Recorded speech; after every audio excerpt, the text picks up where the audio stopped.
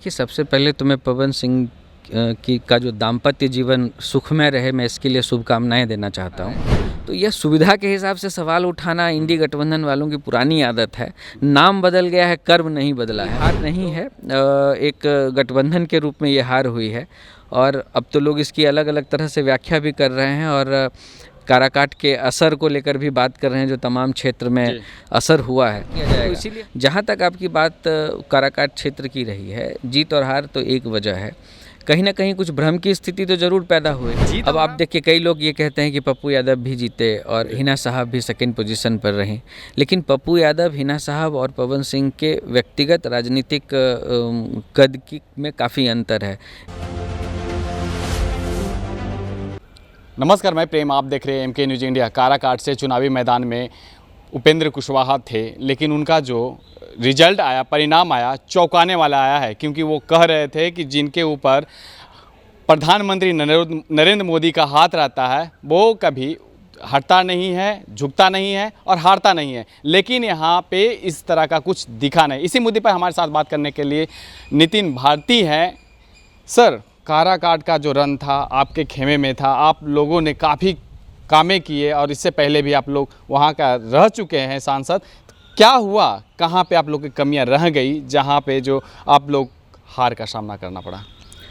देखिए, हमारे नेता आदरणीय उपेंद्र कुशवाहा जी ने बहुत स्पष्ट रूप से कहा है कि इस विषय पर ऐसा कुछ भी नहीं है जो पब्लिक डोमेन में नहीं है। हर किसी को मालूम है कि वहाँ क्या हुआ है और जिस प्रकार से जो चुनाव परिणाम आए हैं वो बिल्कुल स्पष्ट है कि जो हार की हताशा जिस तरह से दिख रही है, अभी आपने देखा कि 30 और 10 का रेशियो रहा है, जिसमें से 9 इंडी गठबंधन का और 1 इंडिपेंडेंट, बाकी 30 सीटों पर हमारी जीत हुई है।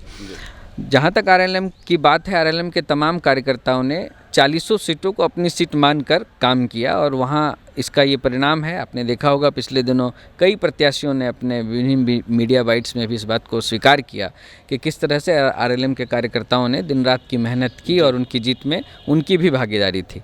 ठीक ऐसी ही मेहनत हम लोग अपने काराकाट में कर रहे थे, चूँकि हमारे नेता उस जगह पर खड़े थे, वो प्रत्याशी थे, तो हमारी स्वाभाविक है हमारी मेहनत दुगनी तिगनी थी उस जगह पर और मेहनत में कोई कमी नहीं रही।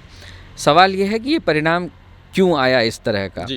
तो मैं केवल इतना ही बताना चाहता हूँ कि उस जगह पर जीतने वाले प्रत्याशी को आए मत का जो कुल टोटल जो उनको मत आया है वो देख लें, उपेंद्र कुशवाहा जी के मत को जोड़ लें और जो ये तीसरे प्रत्याशी के रूप में पवन सिंह जी वहाँ पर आए उनके मत को देख लें।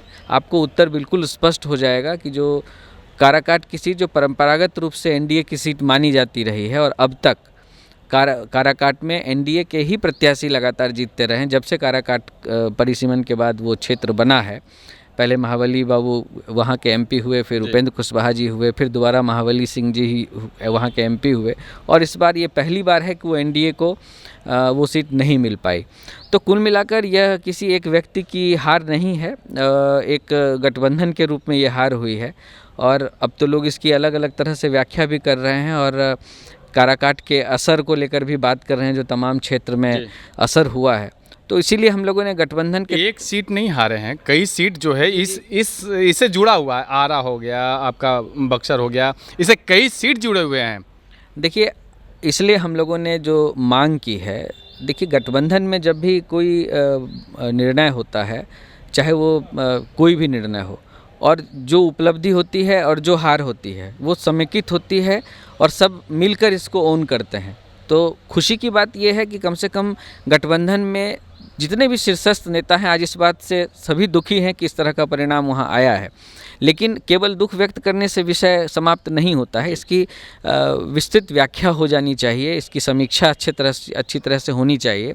और इस समीक्षा का मतलब ये है कि हम लोगों को यह असेसमेंट करने की ज़रूरत है, जो आखिरी चरण में 8 जगहों पर मतदान हुआ है उसमें से 6 सीटें NDA हार गई और आप ये देख सकते हैं कि कुल 9 सीट जो है वो NDA को माफ़ कीजिएगा इंडिया गठबंधन को प्राप्त हुई है और उसमें से यदि यह 6 सीट भी नहीं होती तो इंडिया गठबंधन की क्या हालत रहती। और कुल मिलाकर इसका असेसमेंट करना इसलिए भी ज़रूरी है कि यह इम्पैक्ट क्यों हुआ, कैसे हुआ, क्या कारण हुआ, इसका असेसमेंट बहुत ज़रूरी है। ख़ास तौर पे ये असेसमेंट भले ही 7वें चरण में ज़्यादा हुआ है, जो इम्पैक्ट 7वें चरण में ज़्यादा हुआ है, लेकिन इसकी शुरुआत पहले चरण की एक सीट से ही हो गई थी, जिसको औरंगाबाद की सीट के विषय में मैं बताना चाहता हूँ। तो मुझे लगता है कि को हार देकर अभय कुशवाहा उसकी विस्तृत व्याख्या जरूरी है। उस जगह का भी इतिहास रहा है, उस जगह का औरंगाबाद जो है काफ़ी 70 वर्षों के करीब लगता है कि वो वहाँ से जो रन जो है चेंज होकर महागठबंधन की ओर गया है। देखिए, ऐसा है कि जब भी व्याख्या होगी तो व्याख्या उसकी समीक्षा समेकित रूप से होगी और इसकी विस्तार से इस पर चर्चा की आवश्यकता है कि ऐसा क्या हुआ, ऐसे कौन से एक दो ऐसे निर्णय हुए जिसकी वजह से ये इम्पैक्ट कई क्षेत्र तक पहुंचा और किस समाज ने अपना क्षोभ व्यक्त किया है, किसकी वजह से इस तरह की परिस्थितियां पैदा हुई हैं। जब तक इसकी अच्छी तरह से समीक्षा नहीं होगी, अभी देखिए हमारा विधानसभा चुनाव भी बिहार का अगले साल होना है और उसकी तैयारी के लिए भी बहुत ज़्यादा वक्त अब है नहीं। तो आपने ये देखा कि किस तरह से पूरा शाहाबाद, पूरा मगध, पूरा भोजपुर का क्षेत्र, इसके अलावा पाटलिपुत्र तक इस विषय पर इम्पैक्ट हुआ है इस चुनावी रिजल्ट पर, जहां पर पाटलिपुत्रा में न केवल हमारी हार हो गई एनडीए की, बल्कि जो हमारा जो पटना साहिब का जो क्षेत्र है वहाँ पर भी मार्जिन कम हुआ है।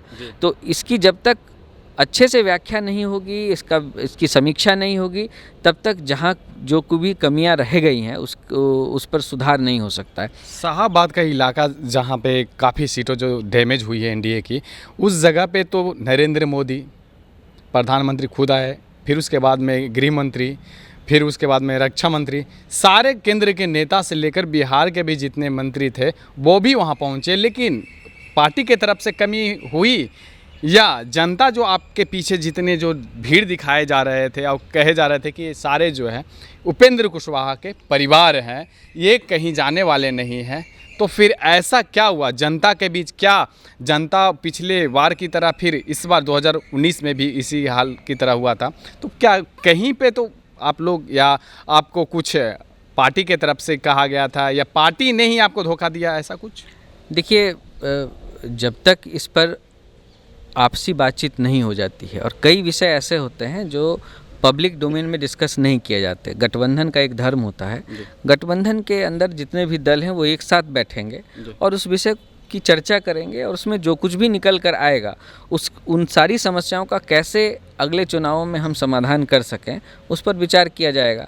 जहाँ तक आपकी बात काराकाट क्षेत्र की रही है, जीत और हार तो एक वजह है, कहीं ना कहीं कुछ भ्रम की स्थिति तो जरूर पैदा हुई। जीत और हार वो हम लोग मानते हैं, लेकिन स्थान देखिए, तीसरे, पहला नहीं, दूसरा भी नहीं, तीसरे जो पीछे दरवाजे से आए पवन सिंह, उनको सेकंड पोजीशन मिला, रनर के रूप में रहे। बताइए। देखिए, मैं यही कह रहा हूँ कि आम तौर पर जो निर्दलीय प्रत्याशी जिसका कोई संगठनात्मक स्वरूप नहीं हो, जिसके साथ कोई नाता नहीं है। अब आप देखिए, कई लोग ये कहते हैं कि पप्पू यादव भी जीते और हिना साहब भी सेकंड पोजीशन पर रहे, लेकिन पप्पू यादव, हिना साहब और पवन सिंह के व्यक्तिगत राजनीतिक कद में काफ़ी अंतर है। एक जनाधिकार पार्टी पप्पू यादव जी की थी जिसका विलय होते होते रह गया, या क्या टेक्निकल स्थिति, वो तो विलय कर दिया, कांग्रेस में ज्वाइन कर लिया। नहीं, वो हुआ नहीं, वो टेक्निकली हो नहीं पाया जहाँ तक मेरी जानकारी है। और दूसरी बात यह है कि जहाँ तक हिना साहब की बात है, वो हिना साहब शहाबुद्दीन का जो एक बैकग्राउंड रहा है उस पॉलिटिकल बैकग्राउंड के साथ थी। लेकिन पवन सिंह एक निर्दलीय प्रत्याशी के रूप में आकर अगर इतना मत पाते हैं तो स्वाभाविक रूप से यह विचार का विषय एनडीए के लिए हो जाता है कि कहाँ कमी रह गई और उसी की समीक्षा होनी है। जीत के बाद भी पवन सिंह का जो बोल टोन जो है अभी भी बुलंद है। वो कह रहे हैं कि हम वहाँ से हारे नहीं है, जनता ने आशीर्वाद दिया है और हम आगे का भी काम करते रहेंगे। उनके साथ उनकी धर्मपत्नी ज्योति सिंह भी ने कहा कि जब तक रहेंगे, अगली चुनाव की भी तैयारी वो कर रहे हैं। तो 2025 का जो विधानसभा का चुनाव है उसके लेकर के क्या कहेंगे? देखिए, सबसे पहले तो मैं पवन सिंह का जो दाम्पत्य जीवन सुखमय रहे, मैं इसके लिए शुभकामनाएं देना चाहता हूं और केवल यह चुनाव तक ही सीमित ना रहे। और दूसरी बात यह है कि कोई भी व्यक्ति निर्दलीय प्रत्याशी के रूप में आने के लिए तो स्वतंत्र है, यह लोकतंत्र है, लोकतंत्र में निर्णय है। तो जनता किसको मत देती है यह तो जनता के ऊपर निर्भर करता है, लेकिन समीक्षा इस बात की करनी है कि ऐसा क्या हो गया जो यह परिस्थिति पैदा हुई। तो इसकी जब तक पूरी तरह से समीक्षा नहीं हो जाए, किसी भी तरह का कमेंट करना, किसी भी व्यक्ति को पर सवाल उठाना, किसी दल को कटघरे में खड़ा करना, ये उचित नहीं होगा। और हम लोग इसकी जब तक समीक्षा नहीं कर लेते हैं, इस पर पूरी तरह से विचार विमर्श नहीं कर लेते हैं, तब तक कुछ भी कहना ठीक 2025 विधानसभा की तैयारी बिल्कुल जारी है। देखिए, कोई भी राजनीतिक दल, अब तो परिस्थितियां इस तरह की हो गई हैं, प्रधानमंत्री जी ने बड़ा एक अच्छी योजना लेकर वो चल रहे हैं, इस सरकार में शायद वो पूरी हो जाए। एक देश एक चुनाव वाली जो योजना है, हमारी पार्टी ने भी उसका समर्थन किया है, लेकिन जब तक ये योजना नहीं आ जाती है तब तक चुनाव तो साल दर साल कुछ ना कुछ चुनाव उसमें भी अटकने आ गई, क्योंकि बहुमत होनी चाहिए थी, उसमें भी बहुमत से पीछे हैं। नहीं, देखिए, वो तो अब ये नैरेटिव इंडिया गठबंधन के लोग कह रहे हैं। एक गठबंधन जो चुनाव में गया है, चुनाव में गठबंधन के रूप में यदि कोई दलों का समूह है और उसको 272 से ऊपर सीटें हैं, तो यह अब इसकी अलग व्याख्या कोई करना चाहे तो फिर वो अपने ही यूपीए नाम से जब सरकारें चल रही थी तो 2004 और 2009 की सरकारों पर भी वो सवाल उठा रहे हैं। तो यह सुविधा के हिसाब से सवाल उठाना इंडी गठबंधन वालों की पुरानी आदत है। नाम बदल गया है, कर्म नहीं बदला है। तो जहाँ तक इसकी बात है, यह एक मजबूत सरकार होगी, एनडीए की सरकार होगी। और आपने देखा कि किस प्रकार से बिहार ने, हमने 40 का लक्ष्य रखा था, कुछ कमियों की वजह से 6-7 सीटें, तो हम इस डिस्कशन में ही ये महसूस कर रहे हैं कि वो 6-7 सीटें भी एनडीए की होनी चाहिए थी, तो हम लोग लगभग उसके पास पहुंच गए थे। तो इस तरह की जब चीज़ें होती हैं और जब लोगों का समर्थन प्राप्त होता है तो वो एक ताकत मिलती है। आज देखिए कि 240 भारतीय जनता पार्टी के पास, अकेले भारतीय जनता पार्टी के पास है, जबकि पूरे इंडी गठबंधन का मिलाकर 234 सीटें हैं। और जब एनडीए की बात करते हैं तो एनडीए के पास 292 सीटें, 92 सीटें ये हो गई हैं। और तमाम जो निर्दलीय जो जीत कर आए हैं, आज की तिथि में जब प्रधानमंत्री मोदी शपथ ग्रहण लेने वाले हैं तो इसकी संख्या 303 तक पहुंच गई है और कई अन्य दलों से भी संपर्क किया जा रहा है। तो इस परिस्थिति में सरकार कोई कमज़ोर होगी और ये ऐसा कुछ है नहीं।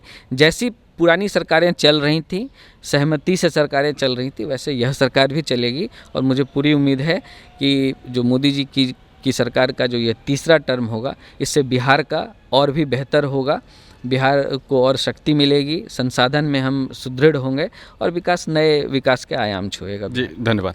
तो आपने सुना आरएलएम के प्रवक्ता नितिन भारती जी साफ तौर पे कह रहे हैं कि काराकाट से हमने हारा नहीं है, उसकी समीक्षा बैठक चलेगी और साथ में जो भी कमियां रही हैं काराकाट से हम लोग दूर करेंगे। फिर से एक बार जो है काराकाट से हम लोग फिर से वहाँ जो अपना झंडा फहराएंगे। इस तरह के तमाम खबरों के लिए बने रहें, देखते रहें एमके न्यूज़ इंडिया। धन्यवाद।